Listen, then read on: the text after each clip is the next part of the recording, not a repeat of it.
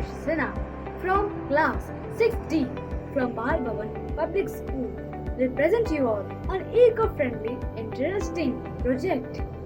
So here it goes.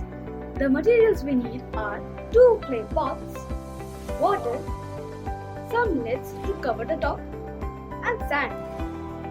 So as you can see, there are 2 pots in front of me right now. I'm going to put the smaller pot into the bigger pot. As you can see, there is some space between them.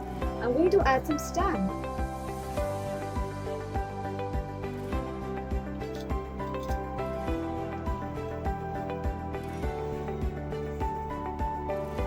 See, I have filled the hollow space all over with sand.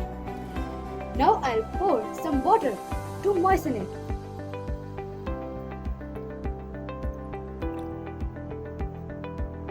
Now I'll place the lid on top.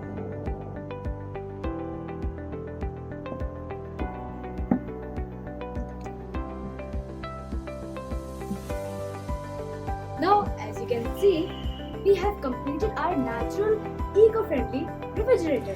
The importance of making this homemade eco-friendly equipment is to reduce the CFC emissions which harm the ozone layer.